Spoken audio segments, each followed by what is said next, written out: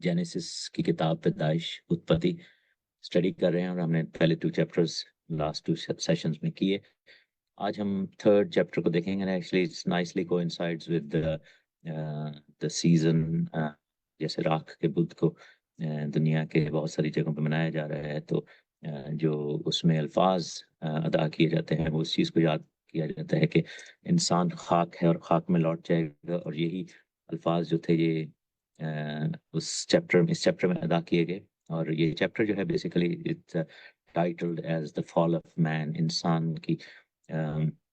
इंसान के गुनाह में गिरने के हवाले से इसका ताल्लुक है। तो हम इसमें देखेंगे कि वो कौन से अनासिर थे जो कि इंसान को गुनाह में गिरने का बायस बन गए। और इब्लीस की चालों को भी समझने की कोशिश करेंगे। इसमें हम देखेंगे कि गुनाह से पहले की नेचर और उसके बाद की नेचर में फ़र्क क्या था। और फिर बाग ईदन से निकाला जाना हमारे बाप दादा यानी कि आदम और हवा को, बाबा आदम और अम्मा हवा को बाग ईदन से क्यों कर निकाल दिया गया। तो इस चैप्टर का मैं आगाज करते हैं। लिखा है कि सांप कुल दश्ती जानवरों में से जिनको खुदा ने बनाया था चालाक था। और उसने औरत से कहा कि क्या वाकई खुदा ने कहा है कि बाग के किसी दरख्त का फल तुम न खाना। औरत ने सांप से कहा कि बाग के दरख्तों का फल तो हम खाते हैं, और जो दरख्त बाग के बीच में है उसके फल की बाबत खुदा ने कहा कि तुम ना तो उसे खाना ना उसे छूना वरना मर जाओगे। तब सांप ने औरत से कहा कि तुम हरगिज ना मरोगे, बल्कि खुदा जानता है कि जिस दिन तुम उसे खाओगे तुम्हारी आंखें खुल जाएंगी और तुम खुदा की मानिंद नेको बद के जानने वाले बन जाओ। औरत ने जो देखा कि वो दरख्त खाने के लिए अच्छा और आंखों को खुशनुमा मालूम होता है और अकल बख्शने के लिए खूब है, तो उसके फल में से लिया और खाया और अपने शौहर को भी दिया, उसने खाया। तब दोनों की आंखें खुल गईं और उनको मालूम हुआ कि वो नंगे हैं, और उन्होंने अंजीर के पत्तों को सीकर अपने लिए लुंगियां बनाई। अब जो पहला सेक्शन है इसमें हम देखते हैं कि किस तरीके से आदम, हव्वा और शैतान का हमें एक सीन नजर आता है। और डेवल जो है, शैतान जो है, वो सांप के वसीला से बाग अदन में आया। हमने लास्ट स्टडी में पढ़ा था कि खुदा ने आदम को जो हुक्म दिया था कि तुमने बाग की बागबानी करनी है और निगहबानी करनी है। तो हम देखते हैं कि हमारी जिंदगियों के वाले से भी खुदा का यही हुक्म है कि हम अपनी जिंदगियों की बागबानी करें और फिर निगहबानी भी करें। सो प्रोटेक्शन एंड प्रोडक्शन, ये दो चीजें वहां पर आदम को हुक्म था खुदा की तरफ से। सो इवन दो कि हवा जो है उसने एंगेज किया कॉन्वर्सेशन में, लेकिन क्या था कि सारा कसूर जो था और वो सारा जो कह लें कि जिम्मेदारी जो आई तो आदम पर आई। उसके भी रीजन हैं। और उसने निगहबानी में चूक की, जिसकी वजह से हम देखते हैं कि सांप के थ्रू जो है वो शैतान वहां पर आ गया। और यही अल्फाज जो है बुक ऑफ रेवलेशन में भी 12वें बाब में हम पढ़ते हैं, मकाशिफा की किताब 12वें बाब में, कि जिसमें कहा गया कि वो अजदहा, वो पुराना सांप। तो ये वही पुराना सांप है जो कि यहाँ पर हमें काम करता हुआ नजर आता है। तो जिम्मेदारी आदम की थी और वो अपनी जिम्मेदारी से चूका। तो सीख उसमें यह है कि जब हम अपने रोल्स को भूल जाते हैं, रोल्स रिवर्सल में चले जाते हैं और हम दूसरे रोल में पढ़ने की कोशिश करते हैं जिसकी जिम्मेदारी हम पर नहीं है, और हम रिप्लेस करने की कोशिश करते हैं, तो फिर हम नुकसान उठाते हैं। अब सबसे पहले हम देखते हैं कि शैतान ने सवाल क्या किए। शैतान ने कहा कि क्या वाकई खुदा ने कहा है कि बाग के किसी दरख्त का फल तुम न खाना। अब ये जो सवाल है ये इन इटसेल्फ बड़ा डिसीविंग है। खुदा ने एक सेकंड के लिए भी नहीं कहा था कि तुम किसी भी दरख्त का फल ना खाना, बल्कि खुदा ने कहा था कि तुम सब दरख्तों का फल खा सकते हो, लेकिन जो बाग के बीच में है नेकोबत की पहचान का दरख्त, उसका फल ना खाना। लेकिन यहाँ पर हम देखते हैं कि शैतान ने खुदा के कलाम को ट्विस्ट किया। तो सबसे पहले हमें शैतान की चाल को समझना है। जैसे हम देखते हैं यीशु मसीह ने कहा था कि तुम सांप की मानद होशियार और कबूतर या फाख्ता की मानद भोले बनो। अब इसका क्या मतलब है? कबूतर जो है इन बाइबल हम देखते हैं कि होली स्पिरिट का निशान है। होली स्पिरिट को उतरते जब देखा गया तो कबूतर की मानद उतरा। और सांप का तो हमें पता है वो शैतान को जाहिर करता है। तो इसका मतलब ये नहीं था कि हमें जो है वो सांप या कबूतर को देखना, मकसद यही था कि हमें होली स्पिरिट के कामों में, होली स्पिरिट की तालीम में, होली स्पिरिट की गाइडेंस में जो है वो हमें बनना है, उसको भी समझना है। और सांप की मानद होशियार कैसे बनना है कि इब्लीस की चालों को समझना है। और इब्लीस के तरीक़ेकार को समझना है।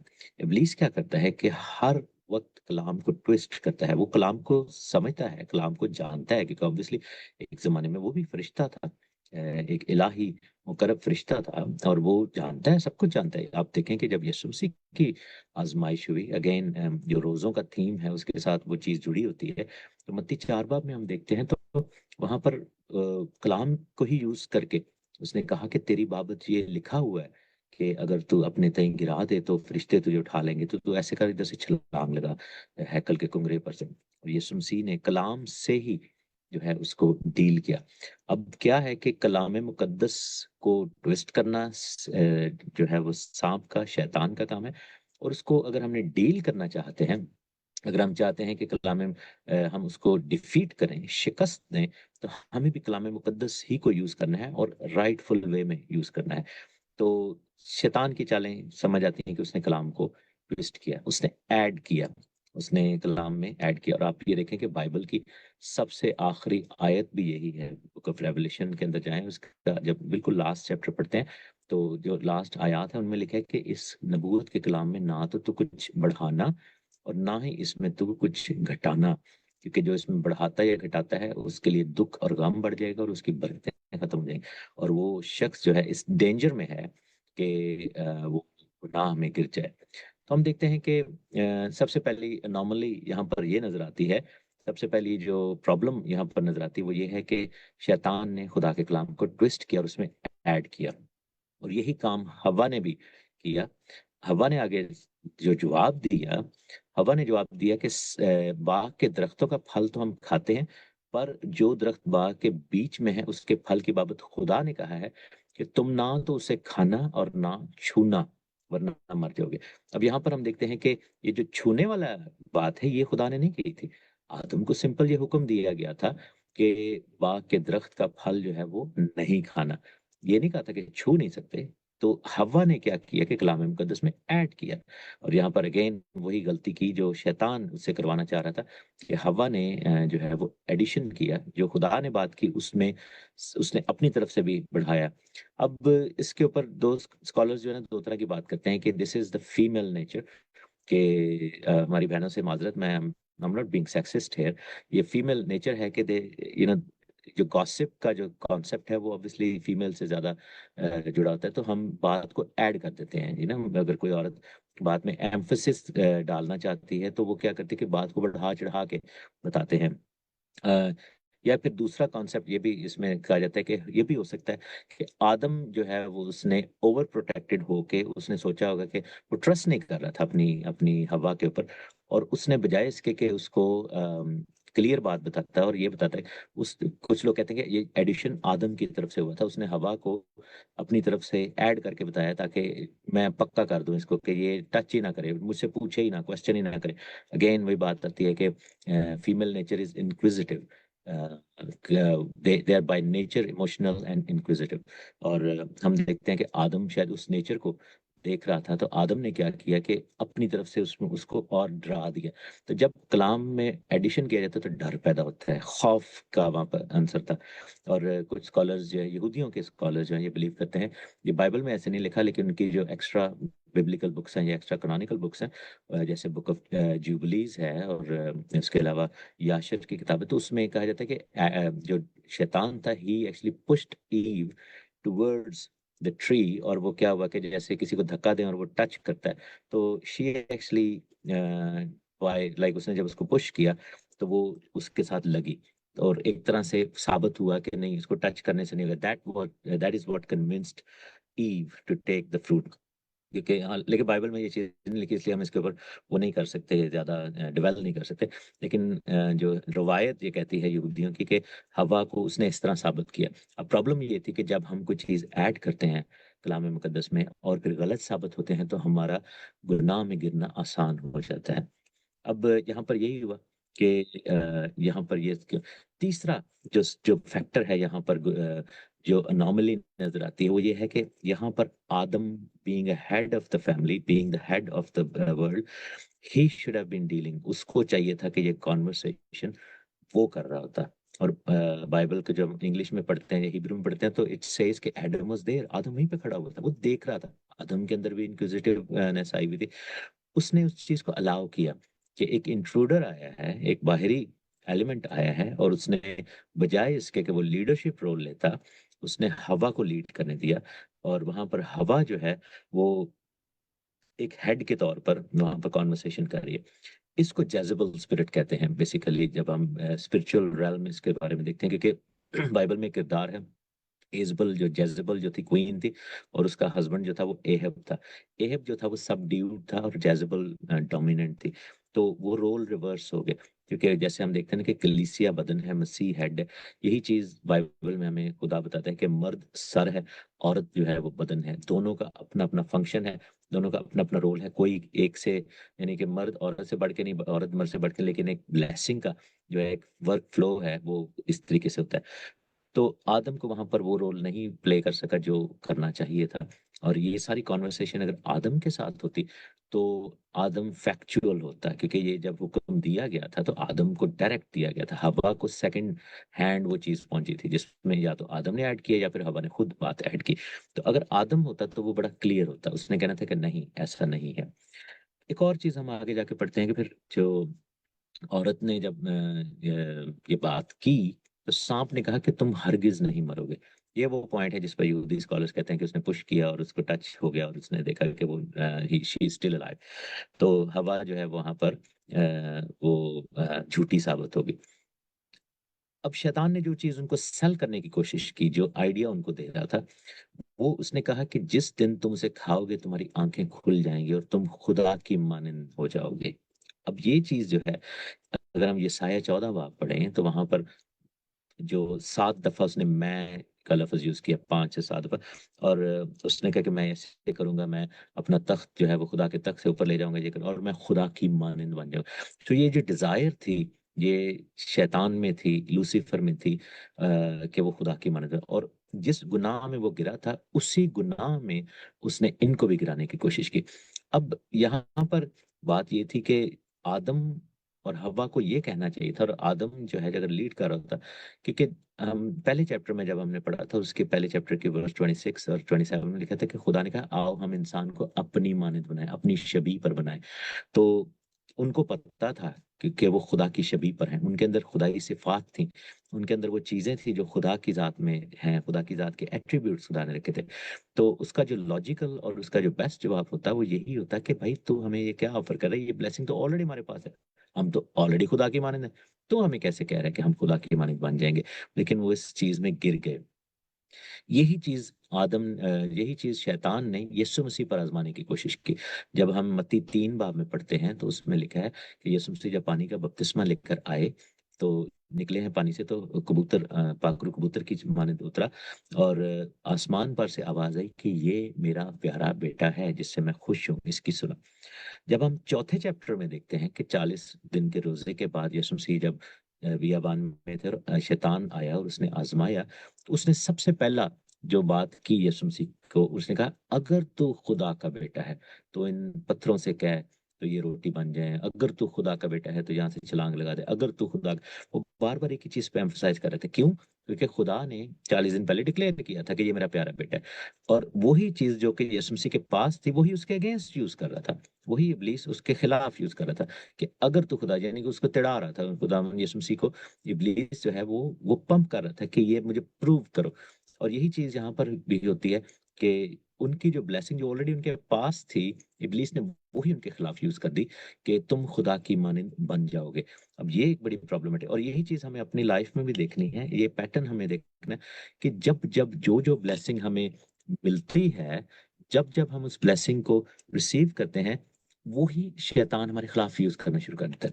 अगर किसी को जॉब मिली है, लेट मी प्रीच हियर, अगर किसी को जॉब मिली है और आप कहते हैं खुदा मुझे जॉब चाहिए, मुझे ब्लेसिंग चाहिए, मैं तेरी खिदमत करूंगा ये, और वही चीज बाद में हमारे लिए जो है वो फंदा बन जाती है। लोग इतने बिजी हो जाते हैं कि खुदा के घर ही आना छोड़ देते हैं। ठीक है, अगर किसी को जैसे इब्राहिम की जिंदगी में हम देखते हैं, उसकी जिंदगी में औलाद की कमी थी, और बाद में जब इजहाक मिल गया तो एक पॉइंट ऐसा आया कि वो इजहाक ने ऐसी जगह ले ली कि खुदा को उसको कहना पड़ा कि इसको अब मेरे लिए कुर्बान कर। गॉड डिडंट वांट के इब्राहिम अपने बच्चे की गले पर छुरी चला दे, लेकिन खुदा उसको बेसिकली एक प्रिंसिपल सिखा रहा था कि जो सोर्स ऑफ ब्लेसिंग है उसको तो अहमियत दो, उसको सबसे बड़ी अहमियत दो।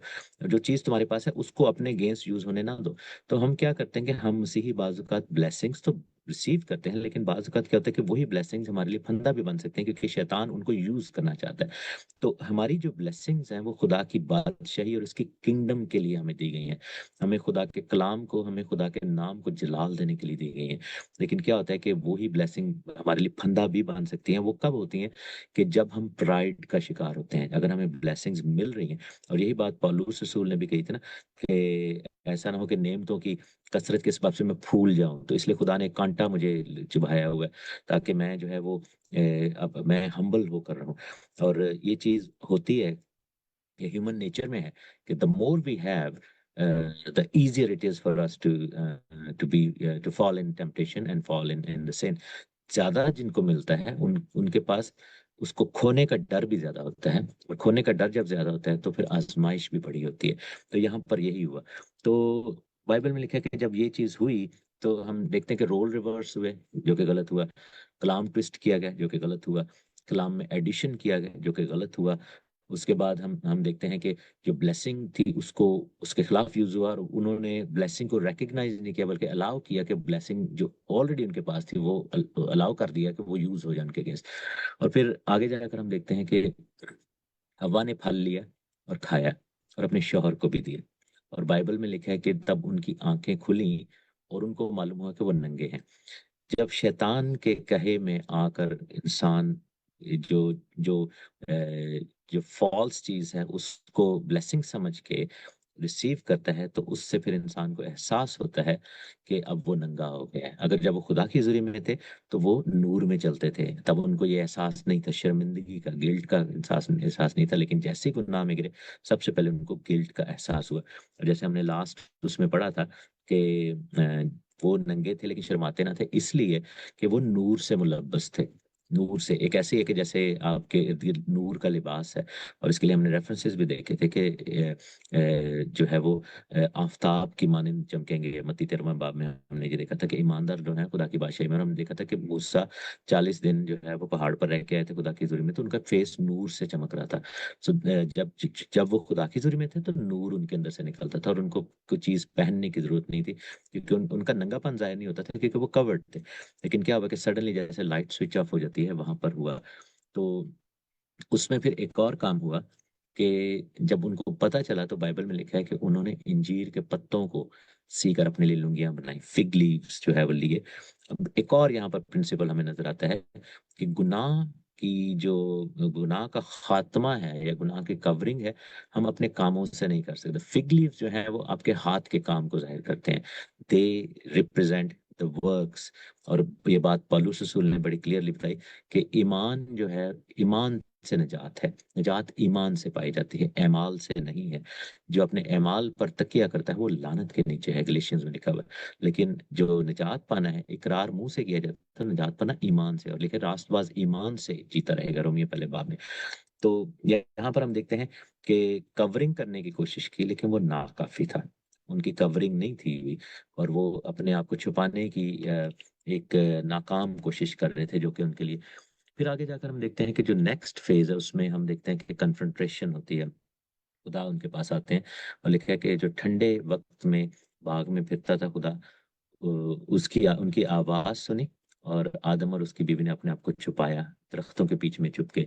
और खुदा ने आदम को पुकारा कि तू कहाँ है। अब यहाँ पर एक तो खुदावंद ऑब्वियसली पूछ रहे थे, दूसरा ये था कि खुदावंद उनको शर्मिंदा नहीं करना चाह रहे थे, इसलिए आवाज आई ताकि उनको अपने आप को छुपाने का मौका मिल सके, अपने आप को जो है वो प्रोटेक्ट कर लें, क्योंकि वो शर्मिंदा थे। और खुदा का वहां पे क्वेश्चन करना, ये उनको कंडेम नहीं कर रहे थे। खुदा ने फिक्र से कहा। और बहुत सारे जो है ज्यादातर स्कॉलर्स इस पर बिलीव करते हैं कि वो एक तरह से रोने की आवाज थी खुदा की, कि तू कहाँ है, मतलब कि तू कहाँ था और कहाँ है अब। तो यानी कि खुदा के दिल की एक कराह निकली कि तू कहाँ है, वेयर आर यू। तो क्योंकि वो अब उसकी हजूरी में नहीं था, वो एक और डिफरेंट फेज में चला गया था। तो आदम ने कहा कि मैं बाग में तेरी आवाज सुनी और मैं डरा, क्योंकि मैं नंगा था और मैंने अपने आप को छुपाया। अगेन गुनाह की मजदूरी में खौफ आ जाता है, क्योंकि लिखा है ना कि जहाँ पर खुदा का रूह है वहां पर आजादी है, हमें दहशत की नहीं रूह दी गई। तो जैसे ही गुनाह आएगा वैसे ही खौफ आएगा। और यही बात जॉन 3 में लिखी हुई थी। उसने कहा कि उनके काम बुरे थे, नूर को उन्होंने एक्सेप्ट ही नहीं किया, कबूल ही नहीं किया लोगों ने, क्योंकि उनके अंदर गुनाह था। और गुनाह जो है वो खौफ पैदा करते हैं। जनरली आप देखें कि जो भी गुनाह करेगा वो अपने आप को छुपाएगा, वो खौफ करेगा। पीपल डोंट वांट कि उनके गुनाह सामने आए। और एक झूठ को बोलने के लिए 100 झूठ बोलने पड़ते हैं, ये एक नॉर्मल मुहावरे भी हैं। तो यहाँ पर हम देखते हैं कि खौफ आ गया। और खुदा ने कहा कि तुझे किसने बता दिया कि तू नंगा है? क्या तूने इस दरख्त का फल खाया जिसकी बाबत मैंने हुक्म दिया था कि तुझे ना खाना? अब खुदा ने उस कलाम को रीसेट किया, वापस उसको रिमाइंड कराया कि खाने का हुक्म था। तो अब यहाँ पर एक और चीज हमें नजर आती है। आदम ने वो किया जो कि हम ह्यूमन नेचर में, आफ्टर सिंफुल नेचर, हम करते हैं। आदम ने कहा कि जिस औरत को तूने मेरे साथ किया, उसी ने मुझे उस दरख्त का फल दिया और मैंने खाया। अब यहाँ पर आदम ने दो गुनाह और किए।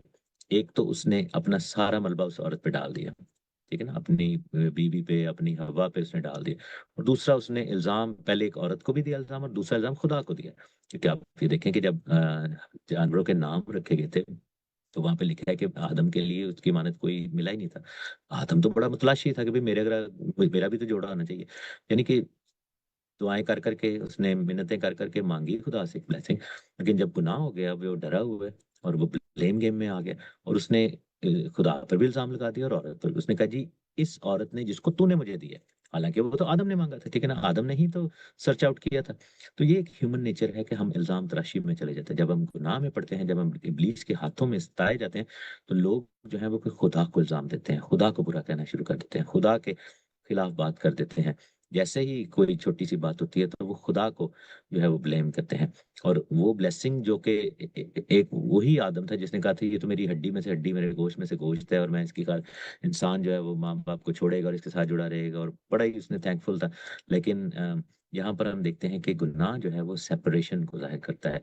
गुनाह जो है वो इंडिविजुअलिज्म को जाहिर करता है। गुनाह जो है वो प्राइड को लेकर आता है। गुनाह जो है वो बदी को और इल्जाम तराशी को लेकर आता है। और सडनली उसकी नेचर में कैसी तब्दीली आ गई, उसने खुदा को ब्लेम करना शुरू कर दिया। उन्हें कि जी ए बंदी, जेडी तू मेरे मत्थे लाई है, एने मेरे को करवाया, ते तू ही गलत कीता है। अगर तू, यानी कि दूसरे वर्ड्स में कह रहे कि अगर तू ये औरत ना पैदा करता तो फिर ये मुझे फल ना खिलाती, तो मैं फिर गुनाह भी ना करता। तो और यहाँ पर एक चीज की जो कमी नजर आती है, इन तीनों में से किसी ने माफी नहीं मांगी, ना आदम ने, ना हव्वा ने, ना ही जो है वो सांप ने।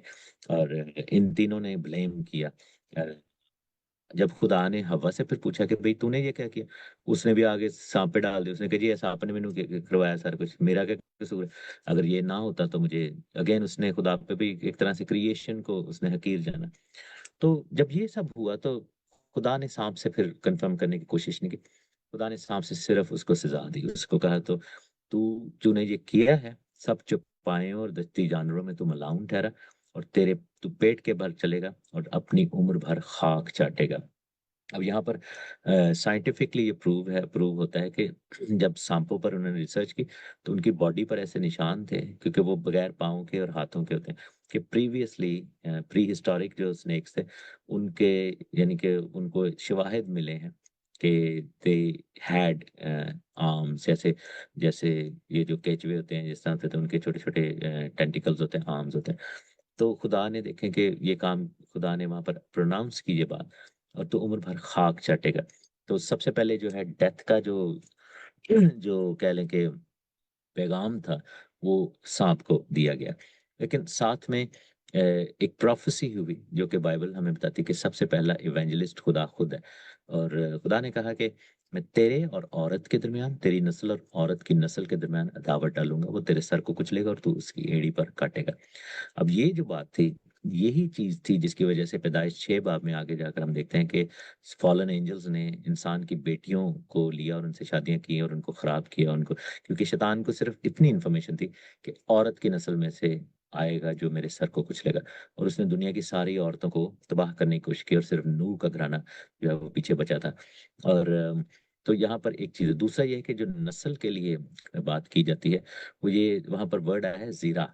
जीरा जो है वो बेसिकली ऑफस्प्रिंग को भी कहते हैं, और उसके बाद फॉलोइंग्स को भी कहते हैं। और जो तू उसकी एड़ी पर काटेगा, इसके लिए जो एड़ी के लिए लफ्ज है वो अकब है। अकब, जिसके जिसके अंदर से लफ्ज याकूब निकला है या ताकुब निकला है, जिसका मतलब है पुश्त, यानी सबसे एंड वाला जो आपकी बॉडी का पार्ट है। जब आप चलते हैं ना, तो आपकी एड़ी सबसे एंड पे मूव करती है, क्योंकि आप जब पाँव आगे रखते हैं तो जो पिछला पाँव इसकी एड़ी इज लाइक सबसे पीछे होती है। तो इसमें दो तीन चीजें समझने की जरूरत है कि ये यीशु मसीह के लिए है, ये खुदा ने हिंट दिया था, जो कि बाद में यसाया की किताब में हम देखते हैं कि देखो एक कुंवारी हामला होगी और बेटा जनेगी और उसका नाम इमैनुअल रखेंगे। तो ये यानी कि कंफर्मेशन थी खुदा की तरफ से, कि इवेंजलिस्टिक प्रोफेसी थी। दूसरा इसमें ये था कि जब हम मुकाशवा 12वें बाब में पढ़ते हैं तो वहां पर एक आयत लिखी हुई है कि जब जब उस औरत को बियाबान में पहुंचा दिया गया, तो शैतान जो था उसकी नस्ल से के साथ, वो अजदहा उसकी नस्ल के साथ जंग करने के लिए निकला। वो लोग जो खुदा के हुक्म को मानते थे और यीशु मसीह के नाम की गवाही देने के लिए तैयार थे। तो ये जो अकब वाली बात है, एड़ी को कुचलने के लिए, ये एंड टाइम्स के बिलीवर्स की बात हो रही है कि आखिरी जमाने के जो बिलीवर्स हैं उनको कलीसिया के ऊपर वो अटैक करेगा। और आप ये देखें कि कलीसिया पर थ्रू आउट वो अटैक करता रहा है। तो ये उस सेंस में ये बात हो रही है। तो ये खुदावन ने इस आयत में पूरी हिस्ट्री को बता दिया कि मसीह आएगा और उसके बाद एक जंग होगी, मसीह सर को कुचलेगा, जो कि सलीब पर हुआ, मौत और कब्र पर फतह पाई। और उसके बाद हम देखते हैं कि आखिरी जमाने में कलीसिया के खिलाफ जो है वो जंग होगी, इसलिए कहते हैं तेरी नस्ल और औरत की नस्ल के दौरान। तो ये यीशु मसीह थे और उसका लिखा है कि वो तेरे सर को कुचलेगा यानी सलीब, और उसके बाद तू उसकी एड़ी पर काटेगा यानी एंड टाइम्स के जो बिलीवर्स हैं, आखिरी जमाने की कलीसिया। फिर औरत से कहा कि मैं तेरे दर्द हमल को बहुत बढ़ा दूंगा, तो दर्द के साथ बच्चे जनेंगे और तेरी रगबत शौहर की तरफ होगी और वो तुझ पर हुकूमत करेगा। अब यहाँ पर खुदा ने दो तीन चीजें, एक तो ये था कि ये वाली जो सजा है ये अभी तक कायम है, क्योंकि हम अभी भी उसी फॉलन बॉडीज में हैं। और नई जो बादशाही है 1000 साल की बादशाही और उसके बाद हमेशा की जिंदगी, उसमें हम ग्लोरीफाइड बॉडीज में होंगे। तो इसलिए खुदावन हमें ग्लोरीफाइड बॉडीज देगा। लेकिन जब तक इस दुनिया पर लोग पैदा हो रहे हैं, गुनाह के अंदर पैदा हो रहे हैं, तो ये वाला जो पेन वाला कॉन्सेप्ट है ये अभी भी इसी जगह पे ही है। ऑब्वियसली हमारी जो बहनें हैं, जो लेडीज हैं, जब वो बर्थ में से गुजरती हैं, इट्स अ पेनफुल थिंग, और ये आज तक की चीज है। और दूसरा ये है कि वो लिखा है कि वो तुझ पर हुकूमत करेगा।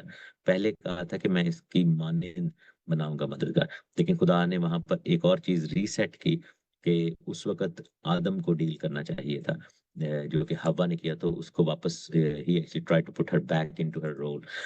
फिर आदम से कहा कि चूंकि तूने अपनी बीवी की बात मानी, उस दरख्त का फल खाया जिसकी। अब यहाँ पर खुदा ने वो जो इल्जाम उसने खुदा पर लगाया था, उसने वापस खुदा ने उसको रिमाइंड कराया कि नहीं भाई, तेरा करना है, यू डिड दैट, और you didn't take the role that I gave you. जो मैंने तुझे रिस्पॉन्सिबिलिटी दी थी वो तूने पूरी नहीं की, और तूने उसकी बात मानी, तुझे डील करना है। सो खुदा ने बेसिकली इसको रिमाइंड करवाया। और लिखा है कि जमीन तेरे सबब से लानती हुई। अब क्या है कि हम सब जमीन से ही जो है, क्योंकि ऑब्वियसली उस जमीन से ही आदम को लिया गया था, उस मिट्टी से उसका बदन बनाया गया। तो जब जमीन लानती हुई, तो वो जो उस जमीन से ली गई मिट्टी थी वो लानती हुई, तो आदम का बदन भी गिरा दिया गया, एक तो बदन भी लानत के नीचे आ गया।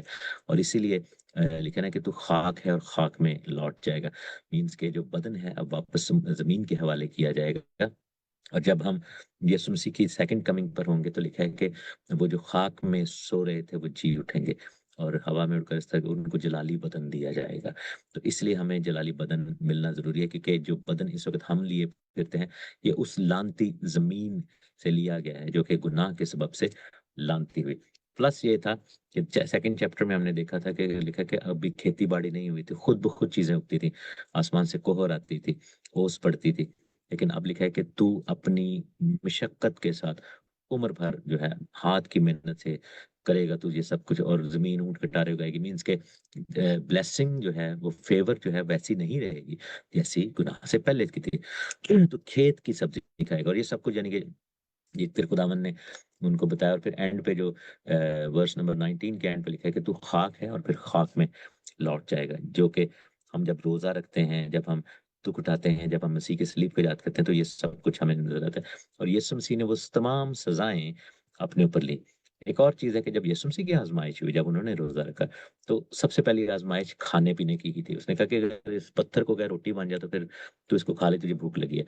खाने ही की आजमाइश आदम हवा पे हुई थी, उन्होंने खा लिया। यीशु मसीह को भी यही आजमाइश दी गई, तो उसने नहीं खाया, उन्होंने नहीं खाया। उन्होंने अपने बदन को पीछे किया और रूह को और खुदा को और उसके कलाम को आगे किया। अच्छा, आखिरी जो इसका हिस्सा है उसमें खुदा ने कहा कि देखो इंसान ने को बद की पहचान में हम में से एक की मानद हो गया। अब इस पे बहुत ज्यादा क्वेश्चन होता है, लोग कहते हैं ये किसकी मानद हो गया, यानी कि बाप या बेटे या रूल कुछ नहीं।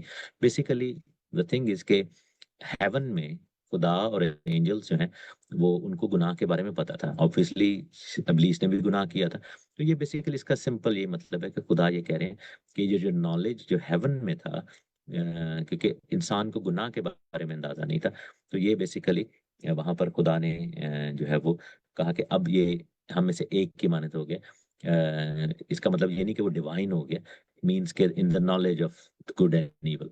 तो फिर लिखा है कि कहा कि ऐसा ना हो कि अपना हाथ बढ़ाए और हयात के दरख्त से भी कुछ लेकर खाए और हमेशा जीता रहे। अब प्रॉब्लम क्या थी कि खुदा ने वहां पर उसको फॉरबिड किया कि वो हयात के दरख्त से ना ले ले, क्योंकि अगर वो गुनाह की हालत में हयात के दरख्त से लेता तो फिर वो उसकी निजात नहीं थी हो सकती, वो हमेशा की मौत में ही चला जाता। इसलिए हमारी जो मोर्टेलिटी है वो एक तरह से हमारे लिए ब्लेसिंग भी है, क्योंकि जब तक फिर यीशु मसीह नहीं आए तो। और ये चीज जो है होली कम्युनियन के ऊपर भी अप्लाई करती है। अगर तौबा नहीं की, बपतिस्मा नहीं लिया, तो फिर हमें होली कम्युनियन जो कि हयात का दरख्त है, मसीह का बदन, उसमें हम शामिल नहीं हो सकते। इससे पहले हमें बॉर्न अगेन होना पड़ेगा कि हम जिंदगी के दरख्त जो कि यीशु मसीह हैं उनके बदन और खून में शामिल हो सके। तो ये एक सेम प्रीसेप्ट है, सेम कॉन्सेप्ट है जो कि होली कम्युनियन पर भी अप्लाई होता है कि अगर वो गुनाह की हालत में हयात के दरख्त से नहीं खा सकता, इसी तरह अगर वो निजात याफ्ता नहीं है तो होली कम्युनियन भी नहीं ले सकता, क्योंकि वो फिर उसके लिए नुकसान का बायस है। यही लिखा है ना कि अब इंसान अपने आप को आजमाए, पहला कुरिन्थियों 11 और जांच ले, क्योंकि बहुत से लोग सजा पाते हैं। तो होली कम्युनियन अगेन बाइबल जो है वो डबल एज सोर्ड है, ब्लेसिंग भी है और उसमें कर्स भी है। तो अगर हम ब्लेसिंग लेना चाहते हैं तो हमें बॉर्न अगेन होकर तौबा करके खुदा की हुजूरी में आना है, शख्सी निजात दहिंदा मान कर आना है, तो फिर हम खुदा के प्याले में शामिल हो सकते हैं। लेकिन अगर हम दुनिया में हैं, दुनियादारी के चक्रों में हैं, दुनियावी गैर गैर निजात याफ्ता है और साथ में खुदा के प्याले में भी शामिल होते हैं, तो ये फिर चीज गलत है। तो यहाँ पर हम ये देखते हैं कि ये चीज भी खुदा ने उनको फॉरबिड की। फिर उस पे लिखा है कि खुदा ने उनको बागेदन से बाहर कर दिया और वो उस जमीन की जिससे वो लिया गया था खेती करे, और मशरिक की तरफ निकाला और क्रूबियों को और चौगिर्द घूमने वाली शोलादन तलवार को रखा कि वो जिंदगी के राह की हिफाजत करें। और ये चीज हम फर्स्ट किंग्स में जाकर हम पढ़ते हैं कि जब हैकल बनाई गई थी तो सुलेमान बादशाह ने जो है वो जब पर्दा बनाया था पाक मकान और पाक तरीन मकान के बीच में, ये छठे बाब से ऑनवर्ड्स जब पढ़ते हैं तो वहां पे लिखा है कि दो क्रूबी वहां पर बनाए हुए थे जिनके हाथ में तलवारें थी और दो क्रूबी खड़े हुए थे। और वो एक क्रूबी ऐसे बाजू फैला के खड़े हुए थे, एक का बाजू दीवार की इस साइड से, दूसरा दूसरी दीवार से लगता था, बीच में उनके आपस में भी टच करते थे। तो एक तरह से वो निशान था कि वो रास्ता रोक रहे हैं पाक तरीन मकान का, जो कि अहद का संदूक वहां पर था। वहां पर जिंदगी का दरख्त था, यानी यीशु मसीह की जो हमेशा की जिंदगी। तो दीवारों पर बाग की पेंटिंग्स थी एक तरह से, यानी कि दरख्त और फूल और बूटे। ऐसे लगता था जैसे आप बाग के अंदर खड़े हैं और दो फरिश्ते रास्ता रोक रहे हैं towards the Holi of Holis. और हम ये देखते हैं कि यही तस्वीर जो है वो यहाँ पर दिखाई गई कि क्रूबी खड़े थे और शोलाजन तलवार थी और वो जिंदगी की राह की हिफाजत कर रहे थे। लेकिन हम देखते हैं कि बाइबल हमें बताती है कि यीशु मसीह ने जब बड़ी आवाज से चिल्लाकर जान दी तो वो पर्दा जो था वो बीचों बीच से फट गया, एक रूबी उधर चला गया, एक रूबी उधर चला गया, और अब राह जो है वो खुल गई और अब हम हमेशा की जिंदगी में दाखिल हो सकते हैं। और उस जिंदगी के दरख्त को यानी यीशु मसीह नासरी को हम रिसीव कर सकते हैं। और ये खुदावंद का कलाम हमारे लिए मुमकिन, और ये खुदा का प्लान था जो खुदा ने हमारे लिए मुमकिन किया, and that was only could be done through Jesus Christ. क्योंकि दुनिया में हर शख्स जो पैदा हुआ है वो एक बाप और एक माँ के थ्रू गुनाह और मौरूसी गुनाह के अंडर पैदा हुआ है। हर शख्स उस ब्लड लाइन में से आया है, चाहे जितने बड़े मर्जी नबी पैगंबर, कोई बाबा पीर फकीर, कोई लीडर शीडर कुछ भी हो, लेकिन सब जो है उस गुनाह के नीचे हैं। क्योंकि पौलुस ने यही कहा, रसूल ने, कि हम सब गुनाह के हम सब ने गुनाह किया और खुदा के जलाल से महरूम हुए, रोमियो 3 बाब में। तो हमें क्या करना है कि हमें अब यीशु मसीह को अपना निजात दहिंदा मानना है। खुदा का प्लान ये था, और यीशु मसीह का आना जो था वो इसलिए था कि वापस नस्ल आदम को जो है खुदा रिस्टोर करे और उसको वापस अपनी बहिश्त में, अपने बाग में, अपनी उस हमेशा की जिंदगी में लेकर चले। खुदामंद खुदा आपको बड़ी बरकत दे। आमीन।